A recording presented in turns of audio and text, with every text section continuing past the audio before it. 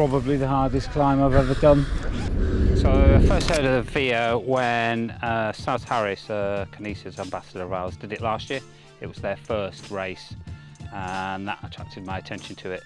So I had a look at this year's and chose to do it this year. 4,000 kilometres kind of seemed to be coming home with it starting in Italy and finishing in the Netherlands. That logistically I thought I'd be able to get to and from that quite easily, rather than the TCR, for instance, that often finishes in like Romania and places like that. So I haven't raced this distance before. I've done probably nearly half this distance before, when in the Transalba, which I've done 3 times, All Points North twice, Solstice Sprint and the Wild West Country, which all the smaller ones are around 1,000k, everything based in the UK, so it'll be my first time abroad. So there's a 15-day cut-off for the race, and I'm hoping that I can do it in 2 weeks, so 14 days. The main goal for that is it's my wedding anniversary on that day, and my wife Sarah's coming out to meet me, so I've got a goal in mind to make sure I'm there on that day to meet her. So my bike setup for the Via race is the Kinesis GTT V2 titanium bike. So in the rear restrap pack, I've got all my sleeping stuff, so I'm running a bivvy, the mat, puffer jacket and my toothbrush, all the tablets, creams and anything that I need during the race. I've got this small bag here which folds out to a backpack for food, so I can fill that when I'm riding and then pop it back on the bike. I've got the chop tube bag from Restrap, so we've got the day-to-day stuff, so some nutrition, sun cream, my glasses, etc. in there. In the side pocket I've got spare lights, cables, additional batteries. On the other side I've got all the cables and the tools needed. In the keg at the bottom I've got spare mat hanger, spare cleats, chain tool. The front here, this is the clothing that I'm going to use if it's cold. So I've got a rain jacket, arm warmers, leg warmers, other pairs of shorts and a gilet. Bike runs a dynamo with a charger, USB charger in there, so I can put my phone and the Garmin on there if need be.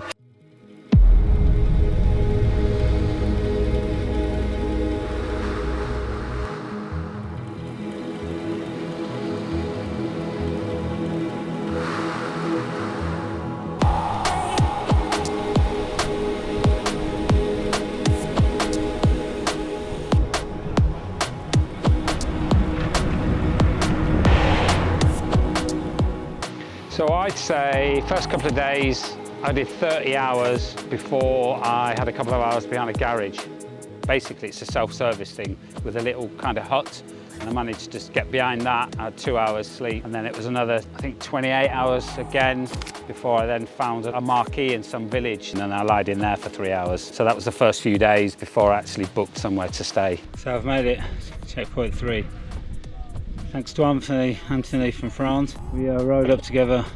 I was going to miss the checkpoint and go to accommodation, come back in the morning. I'll be late for the accommodation, but see how that goes. I'm pleased I've done it. That was probably the hardest climb I've ever done in the current state, I feel. However, check this out.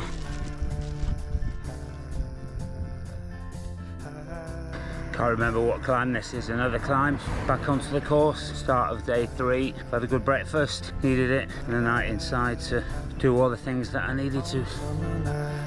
We would get in the tent, canvas walls, mildew sand.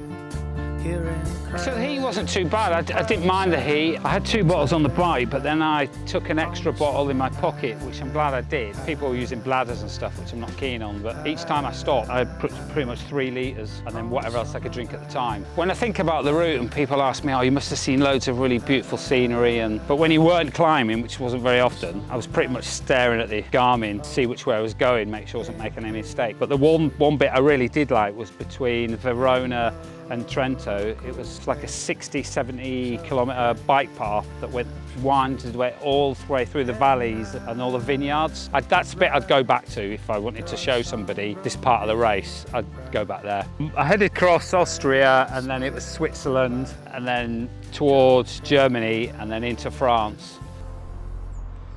The refuge this morning. Can't remember what time we got in. Maybe half 6 in the morning. Managed to sleep in that. Easy up. Bike's looking a bit worse for why I need to go down plane. Not sure when that'll happen.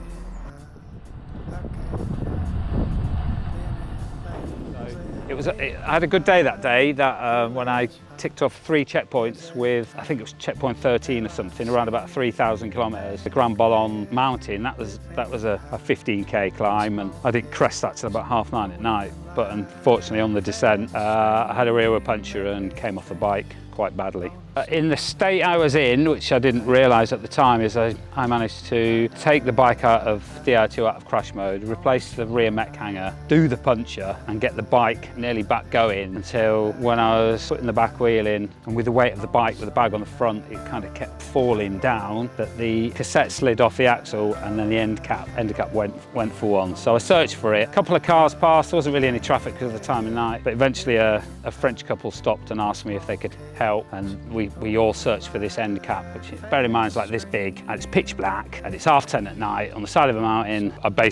They just put my bike on their roof and dropped me at a campsite at the bottom, which was about 6 miles down, and then I got the bivvy out and went to sleep. What forced me out of the race was the bike part, but I mushed my face, ribs, both knees, elbows, hands, nose, which was all quite serious when I look back at it. But if I'd have found the part, I'd have tried to carry on, regardless of not being able to see out of one eye.